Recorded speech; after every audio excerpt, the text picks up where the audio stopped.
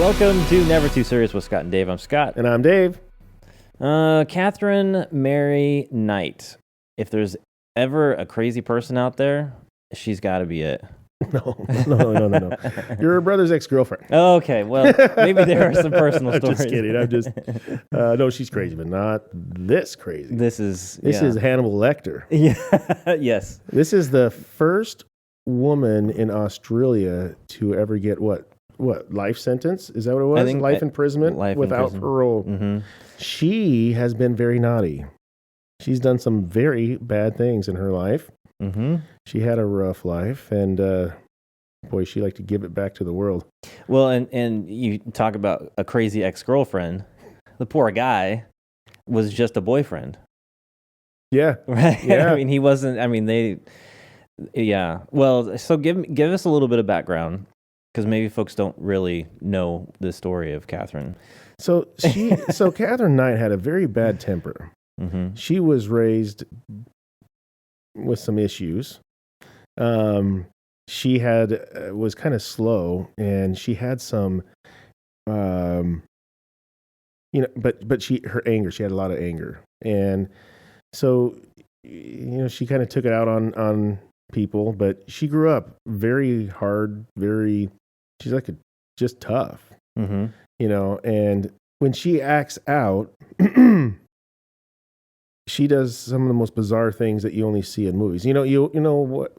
Some of these movies, you go, well, where did people come up with this stuff? Well, it's because it's true. Yeah, uh-huh. So she, outside of just being a killer, she's a butcher. So what she did when she was growing up, she ended up taking a job working. I can't remember the name of the place. But she ended up working at I don't know what they call it, but a slaughterhouse. A slaughterhouse, yeah, in Australia. Right. They pronounce it kind of weird. It's like an abattoir. An abattoir. Oh. Yeah. Well, so she took this job, and she had to start killing animals, and she started enjoying it. She was enjoying watching them bleed out, and she did a good job. She was given after a while being there, she was given like her set of knives. Yeah. She was very proud of that. Yeah. Mm-hmm. Very proud. She took it with her. I heard she even had it up like on the back of her bed. Yeah. Displayed in her room. Mm-hmm. I don't think it was displayed. I think it was there for use. Mm-hmm. But yeah. But so that job was said to kind of maybe subside some of her tendencies. Like she got to kill, mm-hmm. and a lot of it, and she enjoyed it. And like perhaps she would have maybe found another out if she didn't take a job like that. Maybe mm-hmm. she worked at like a Walmart or something. She'd end up whacking somebody right away. But yeah, I thought that her father was also like a butcher, someone who worked in the slaughterhouse. It could be. I think believe that's she where knew she somebody. Originally Had the it may exposure. It may have, but there's a lot of people that kind of work there. But I think, based on what I was reading, is that she had this really dysfunctional relationship with her father. He would abuse her. Sexually and mentally. Yeah, and with all of that, she still grew up connected to him and respecting him. Trying to make him proud of her. Yeah, and pursuing, I think, this butchering sort of career or lifestyle or whatever. Yeah. But isn't that the case? The crazies have daddy issues. I mean, it just seems like it. Yeah. I mean, and that's both men and women. They always have some family dysfunction, like as a child. Oh, for sure. There's some major thing. Because I was going to say, I don't know if it's just daddy issues, but definitely parent issues. How many mama? What? I'll have to protect mama. Mm-hmm. People go crazy. But uh-huh. And that's the kind of the sad part about it, is because I pay a lot of attention to that. I know a lot of, even personally, unfortunately, know of a lot of people that have abused people. Mm-hmm. And and I do ask, and it's not to give an excuse, but I do ask why. Why? And there's common denominators that oh my gosh, he was abused. You could really, truly, you could put money on it. And it's not an excuse at all. You're 40 years old. You know what the hell you're doing. Recently there's that school shooting in Uvalde, Texas, and the kid that did the shooting there was some report that he would carry around this bag of like dead cats or something. Oh, that's a sign. And yeah, and there are other people who go on to do bad things to other people who grew up abusing animals and killing animals and that sort of thing. And I'm kind of curious, you had mentioned that, she kind of, this was this career that she had as a butcher working in the slaughterhouse, carving up animals. Maybe that was her sort of way of fulfilling, really scratching the itch. Yeah, scratching the itch. Yeah. And I think I want to say that that's where she met, I think a couple of the people that she dated, and eventually the guy that she killed. What was his name? Which one? John. John Price was the guy. He was I might have this wrong, but I get it mixed up because she's with a lot of really important men in her life. There wasn't it seems like that there's like 4 gentlemen that she's was heavily involved in.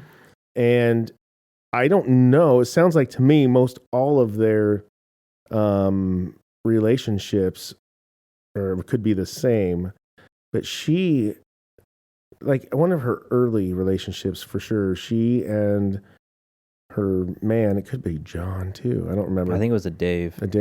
And they would beat the hell out of each other. I mean, and I heard, they claim anyways, who knows, that she gave it as bad as he gave it too. And, and there's so much violence in all of her relationships. One of the guys really was trying to run away and get away and try to figure out how, like he was worried that she was off to kill him. Yeah. And trying to, figure out what's he going to do. He just stepped in a pile of shit. How am I going to get out of this? It's. But it was common though. Like people in this area, Aberdeen in was it New South Wales in Australia. People knew this was a small town, and people knew her personality. Knew that she had some crazy overreactions to different things. That she treated her men very, very poorly. Right. One of her men, bailed on her, and she had her kid. Yeah. And it was said that she was walking through town, looked like she was going to roll the kid in a stroller out in front of cars, freaking out. And people, like you were saying, people start knowing who she is, excuse me. And who the hell's going to approach her and go, having a rough day, honey? Stab, stab, stab. No. No. Oh, my gosh. Funny. Yeah. They probably knew by then that she was trouble. Right. And in fact, well, you know what? So get this. So that incident I just talked about, she landed into the psych ward a few times. But this is back in the day when you out in public acting like a fool and people see you, they're going to come take your ass to the freaking psych ward. And they did. Somebody called and found out she is going crazy. Off you go. She got taken away for incidences and taken to the psych ward just for that. I mean, but then I think she was just totally released. She released herself. In fact, one of the times I'm like, oh well, that must be nice. Excuse me. And she kept her kid. Yeah. Which is crazy to think in today's world, you'd never be able to do something like that. Well, how about this though? Today's world. Sorry. Today, I don't know. I today's world, it'd probably be just fine. I don't know. Depending on... that's how I feel. I don't know. Yeah. Depending on what kind of connections they have. Right. Because nobody's going to be calling the psych ward on you. Well, nobody's going to come pick you up. They're just going to be somebody else is going to be homeless or something, going crazy because they can't keep a job. Yeah. How is somebody like that going to keep a job? Hey, honey, can you sweep up aisle 7? Stab, stab, stab. Can't keep that job. Now next, you know. I think if there's ever a kid involved, that's when the state comes in. They're a lot more strict now with to kids. Be fair, with kids, yeah. On that incident, it would have been a situation. But well, let me. I'm going to read this quick story of the marriage of Katherine Knight and David Collette. Yeah, let's give them an idea. So the story. So Knight first met co-worker David Collette in 1973, and it seems like Collette engaged in like heavy drinking and like had a lot of different issues early on because of some railway incident. He supposedly saw his best friend killed in front of him. This was like at work. And then later on, I guess there was a school bus and it was struck by a train. And like 6 kids were killed, and he was there helping to rescue and saw all the carnage. And so he had all these different, traumatic things happening in his life. And then so he ended up leaving that line of work at the railway and started working at this slaughterhouse in Aberdeen, which is where Katherine Knight worked. And so lucky for him. And so they became, friends and a little bit more, and they started to get into like different fights. He already had issues because of previous trauma, and of course previous trauma, the daddy issues. And so when they got together, and they repel at the same time. Yeah, and it's hard to kind of get away from that. They end up, exactly. So anyway, so they had a number of different, issues, fights that were like well known in the community. Yep. They both drank a lot, they party a lot, and one of the quotes here, when they were getting married, one of the quotes is from the mother of Katherine. Uh-oh. And I guess she said that she was talking to the new husband, David, and was warning him and said something about, I'll read the quote here. "The old girl said to me, 'Watch out. You better watch this one or she'll effing kill you.'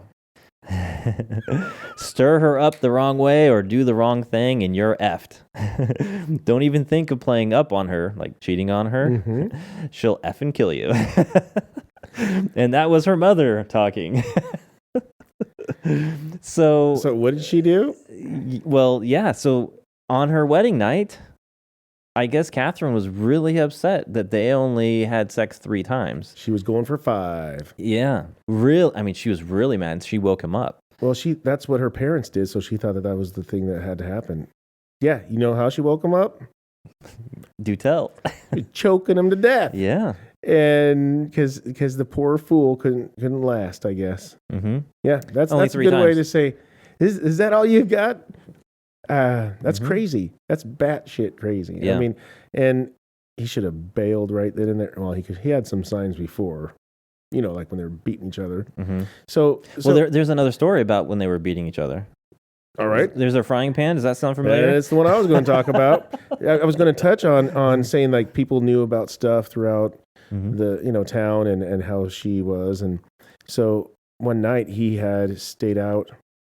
I can't remember what it was, but he won an award or something for something he did, or he got into something that he was trying to get into. I don't know, like the Elks Lodge or something. Yeah. But anyways, he stayed out with the boys a little bit late and came home.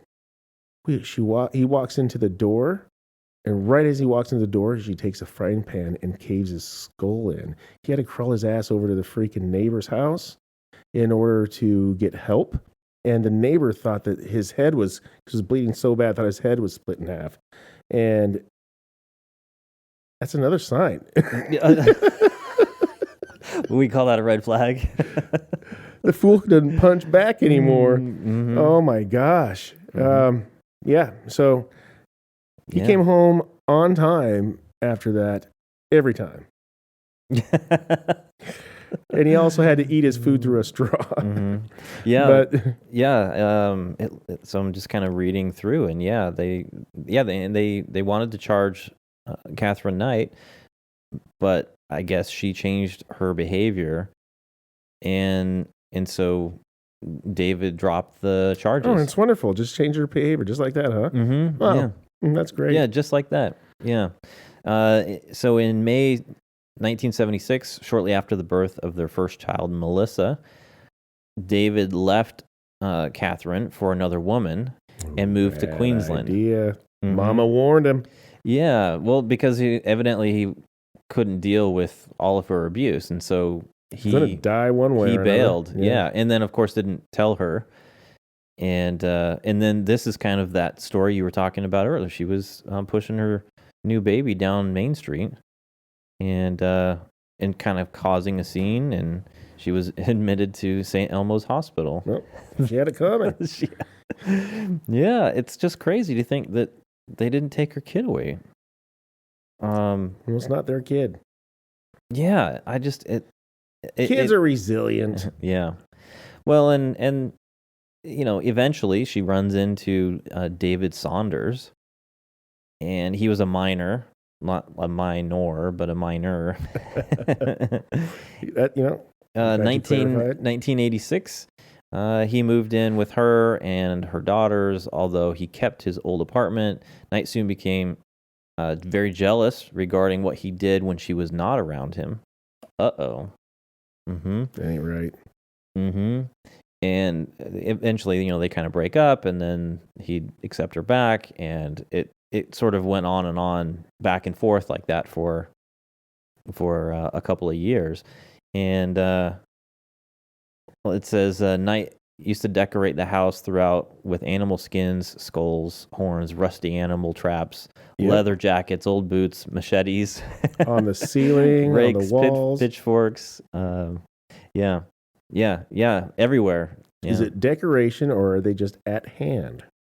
Yeah, and it was said that because of all the animals that she had killed and had up there, she liked it because it made people like fear her. Mm-hmm. Like it made people could come in if they feel uncomfortable, and she liked it. She liked it, yeah.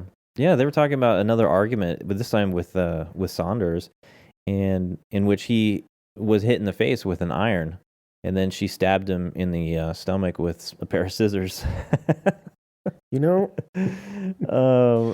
it's one thing after another another. Right. And this is normal. This is normal for her, how to handle, normal interactions. This is normal to her. Well, so moving on. So this was in let's see, 1987 and 88 with David Saunders, and then in 1997 she meets John Chillingworth, and so 1997, Knight becomes pregnant by the 43-year-old former slaughterhouse co-worker, and gave birth to a boy named Eric. Their relationship lasted 3 years before she left him for a man named John Price. John Price. He seemed like a good guy. So had two, I think, beautiful daughters. At least three. Okay. Yeah, 3 children. Mm-hmm. And he adored his kids. That was his life. Oh, it breaks my heart because, he was hoping to add something else beautiful in his life, and oh my gosh, he just screwed up. And it seemed like everyone liked him. Right. From what I'm reading is that everyone thought he was a good guy. Drank a lot, liked to party, that sort of thing, but was a good person. And this gal is not very pleasing to look at. I don't care how drunk you are. We'll put up a picture here. So it impresses me that with her rough looks, because she was not ladylike, and her attitude, she could pull any dadgum man. I don't understand. And then this is she keeps him for years and tolerates it. Yeah. I know there are obviously some of them are losers, but Yep, she's a looker, all right. You look her away. Now, maybe when she was like super young, maybe she looked a little bit better, but definitely. Well, I have not seen any of those pictures. I mean, yeah, it's really hard to say. That's in her prime, my friend. Oh, Sorry. gosh. We're checking out a couple of the Yeah. pictures there, and there's some Yeah, I mean, when she was in her, I'm guessing Wallace and Gromit looking. I'm guessing she's probably in her 20s here, maybe early 30. And then, right, looking 52. And then she's yeah, and then of course now she's really old. I don't know. I just feel like she's something that I would see or expect to see when I went to go see Tiger King. I'm serious. She like tore it from the floor up. So yeah, I know I'm being a little bit mean, but am I? She's a freaking murderer. Yeah. She's a pile of crap. Well, so the story of John Price. Of course, we talked. He's got some kids. In 1998, Knight and Price fought over his refusal to marry her. Oh, okay. In retaliation, she videotaped items he had allegedly stolen from work, and then she sent the tape to his boss. I want to say, yeah, these are like old medical kits that were expired. I haven't heard that. Yeah, and so she wanted to get him in trouble because he didn't want to, get married, and this sort of created some issues. Well, turns out that he told a coworker, "Hey, if I don't come into work, because he's always on time, always at work. If I don't come into work, she probably killed me." If you can say that about the person you're with, why would you ever stay with that person? It makes no sense to me. I've had that conversation with somebody. Really? Yep. Wow, that's really bad. Yep. Yep. And still together. Mm. Yep. It's insanity. And this dude was serious. He really thought that she was putting something in his drink. Oh. Yeah.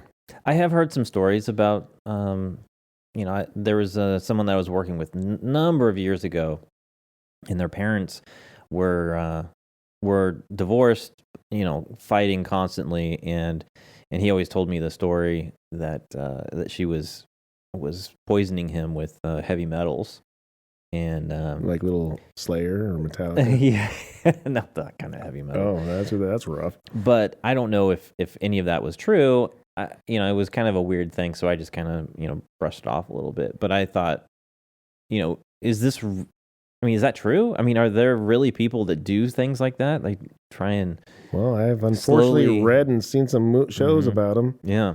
So yeah, the answer is yeah. It's just how many. Yep. And yeah, it's despicable. Yeah. You want to hear about the murder of John Price? We've kind of talked a little bit about it. Well, yeah, Let's give them the accurate, detailed version. Okay. Here we go. So in February 2000, a series of assaults on Price culminated with Knight stabbing him in the chest. Finally fed up.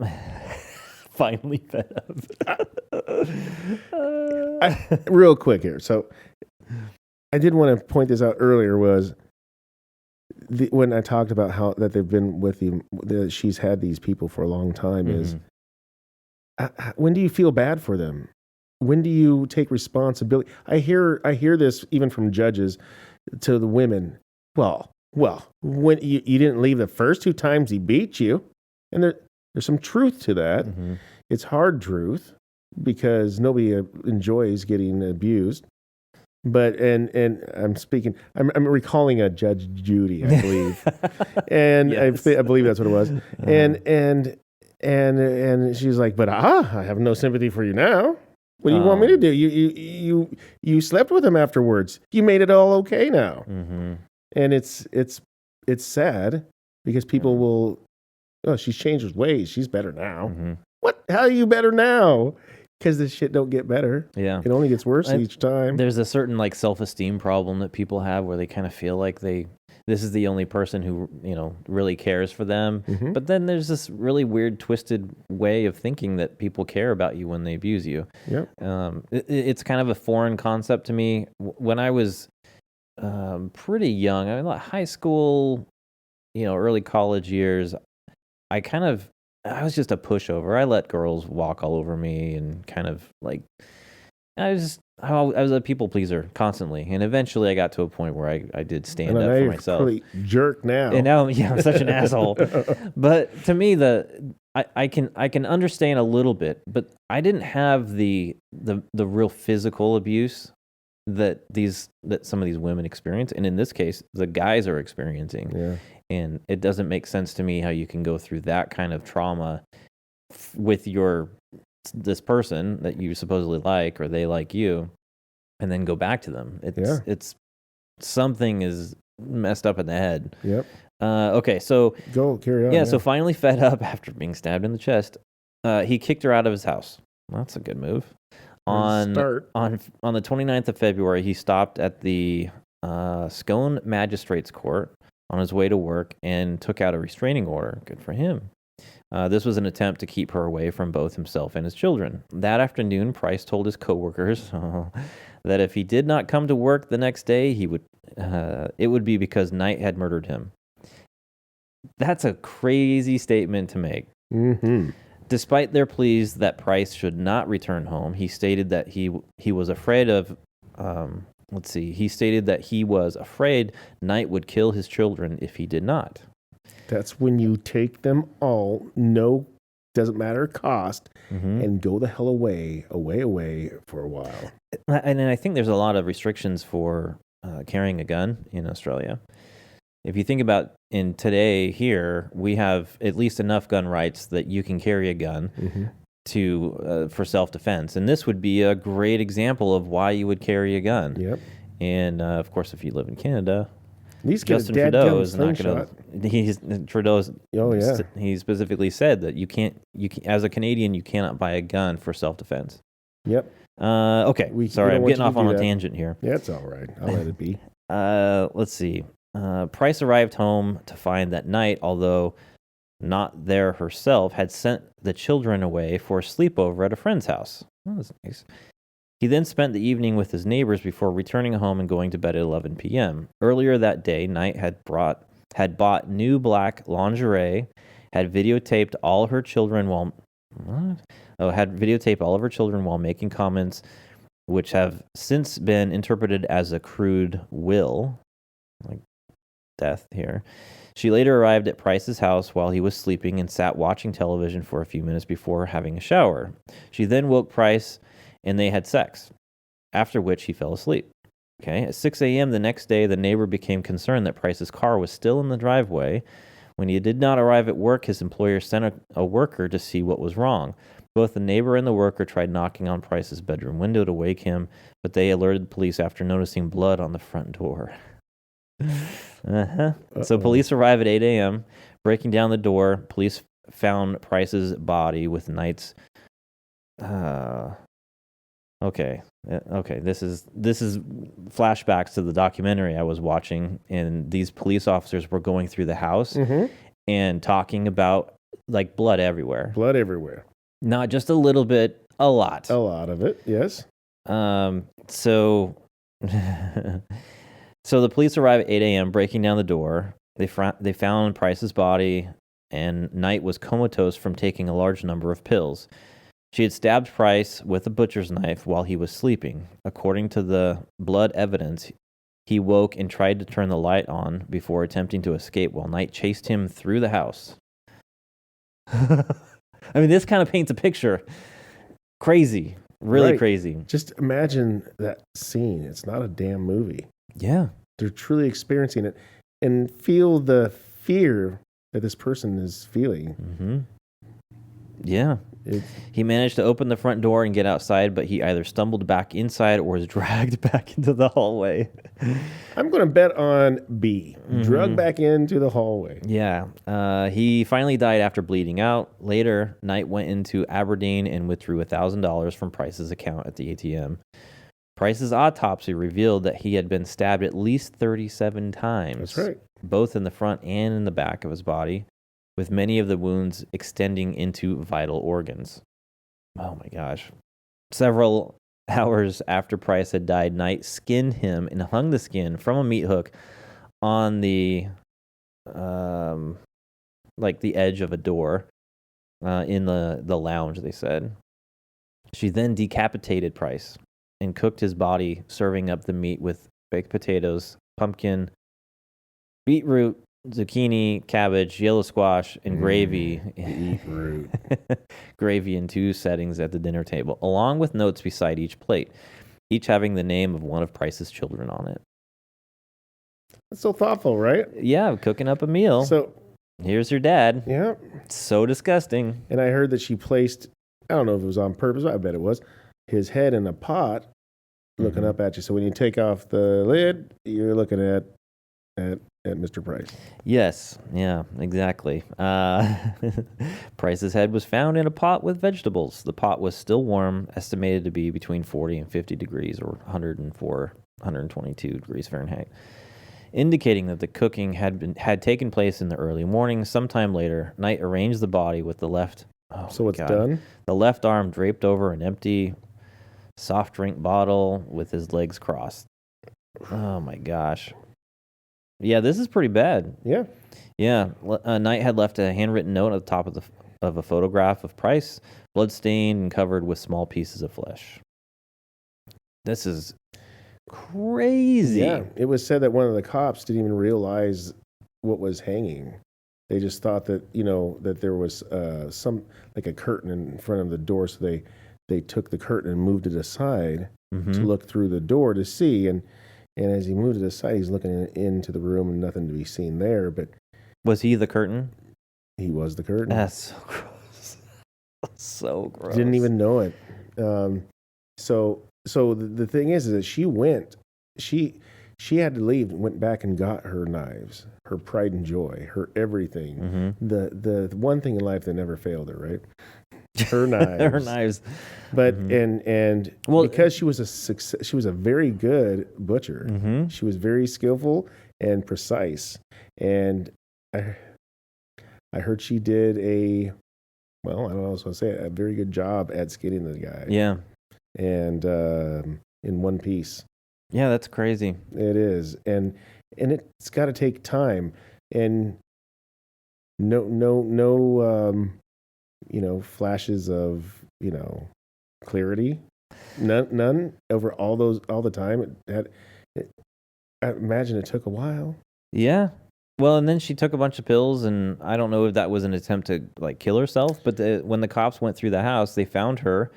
What's crazy in the documentary, they were talking to these police officers, and they were describing walking through the house and of course, the blood, and guns drawn, and looking through. And then they thought that they had heard something in one of the rooms, and they went in there, and she was asleep on the bed. And at first, they were curious if she was all right. Didn't realize at first that she was the person who did all of this, because right. she had time to clean herself up and go to the ATM and pull money out and come back and cook up dinner. I mean, she was evidently she took a sweet amount of time to do this whole thing. So they thought initially that she wasn't the murderer, and then quickly realized. Yeah. Don't turn your backs. And then she claimed that she doesn't remember any of it, which was, I think, proven that wasn't true. Well, I want to say, they had some sort of plea deal. Here we go. Let's see. This is about the trial. Offered, 60 jury prospects of being excused due to the nature of the graphic evidence. 5 of those 60 actually accepted it and weren't involved. Knight's attorney spoke to the judge, who adjourned the following day. The next morning, Knight changed her plea to guilty, and the jury was dismissed. Wow. Yeah, the Knight's legal team had planned to defend Knight by claiming amnesia or disassociation, a claim supported by psychiatrists, although they did consider her sane. Yeah, and that. I mean, you can't consider someone sane for doing all that stuff. I know, but she, yeah. I mean, how do you in good conscience?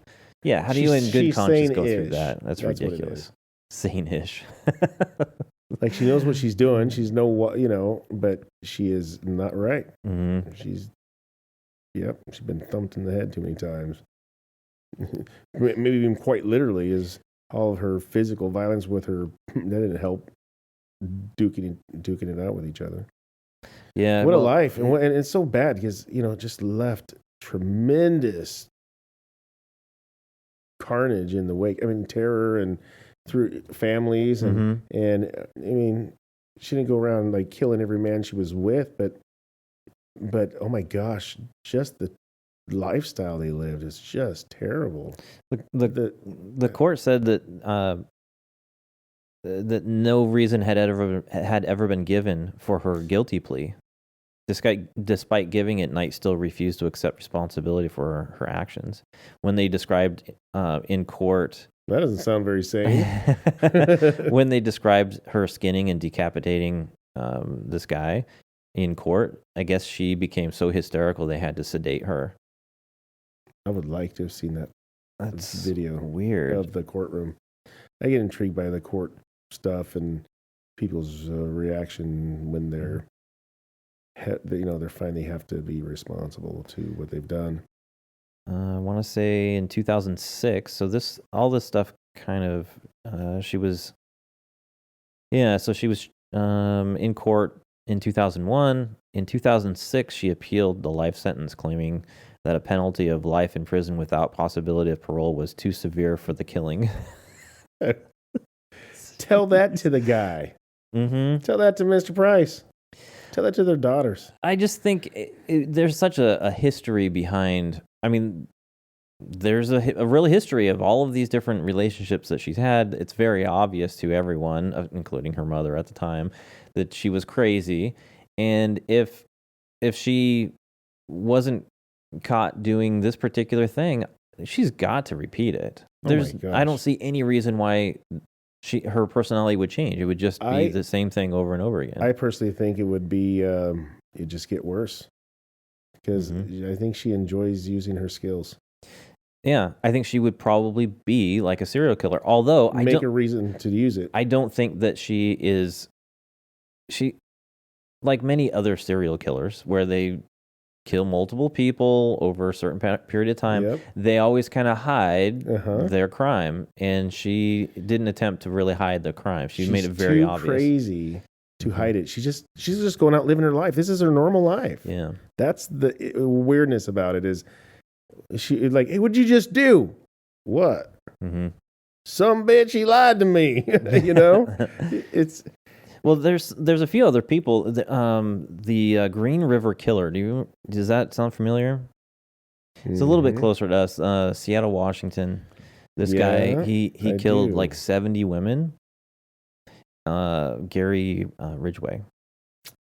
And I mean, 70 women. That's a lot. So a lot of them were like runaways or prostitutes, and he got away with it for years, and finally gets caught, and I don't know what his status. Yeah, very disturbing. But the in comparison to this Katherine Knight, he hid his actions. Right.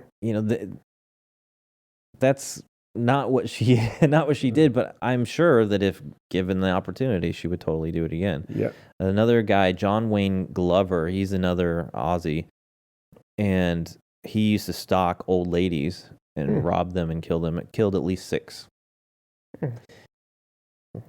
All of these, I'm sure they had. What's harm in that? They're old, right? I'm kidding. I'm old. I'm sure these guys also had issues with their childhood, but of course. Of course. I mean, truly, as far as I don't know shit, but as far as I could say is that, kids are born clean slate. If they turn into something jacked up, it's due to some kind of influence. If you have good parents, then it's likely they have a friend that is a very bad influence. And humans are very fragile. I tell you, it blows my mind how easy it is to brainwash somebody, to convince somebody of untruth, and to warp somebody's mind, you know? But the childhood part, I think, is such a key thing. We live in a society where it seems to me like parenting is kind of going away. And of course, I wasn't here 50 years ago or 100 years ago or whatever. But we are good parents. Yep. You know, we take care of our family and our kids, and there's a desire to make sure that they grow up being responsible, good people, responsible in not only just better than me. Yeah, better off than us, but but responsible in how they act at home and then how they act in public. There's parental involvement that's just necessary. And we kind of are in this place where it seems like a lot of the government, states, local authorities have this overbearing role as a parental figure in public education. I mean, they're taking care of... Yep, they know exactly how to raise a perfect kid. They're taking care of pretty much all the things that parents would normally provide. They're getting them lunches. Yep. They're providing them with healthcare stuff, contraception. They do all of the counseling and social and emotional stuff. They do all the sex education. I mean, we're talking about all the things that used to be really done in the house. They are the influencers. At home. Yeah. And parents are now allowing the schools to do more and more of that. And then outside of it, there are all these other services that are provided by government. Mm-hmm. And so, and this kind of gets worse through the generations. I really think that when you grow up in a household with two loving parents that care about you, you are less likely to do a lot of these crazy things. 100% agree. Now, there are exceptions, obviously. Yep. But it's a majority. I mean, but if you look at all of the people who do these crazy things, there was something wrong in their childhood. Yep. I'm not sure. I mean, I don't, of course, know all the stories, but I would assume that almost every single one of them has had childhood issues. Yep. And there's freaking millions of people out there that have childhood issues and don't go out and do jacked up things either. You know, and that's why it's I can't give people excuses, but I always dive in why, and they were just mistreated, and it's again not excuse, but they were created. Well, I think that there probably just needs to be at some point in time a culture shift where our culture just expects parents to be better parents. And I haven't seen it. It's bottom been the will have to fall out. But the problem is by the time that they won't get it either, because you're going to have those people that aren't doing squat, raising the kids.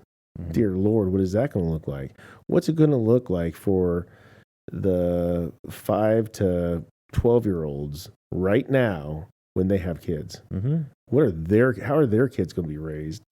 You think they're going to have a standard at all to even think about bringing the hammer down to parent? They won't have had the experience of the framework necessary. No. And then let's just say they make the kids come out alive, but they just raise them how they raise them. They're just puds playing on their devices. I'll say that. Yeah. And okay, so that kids, oh man. The end of humanity. It's done in two more generations. It's over. You know what I mean? I do.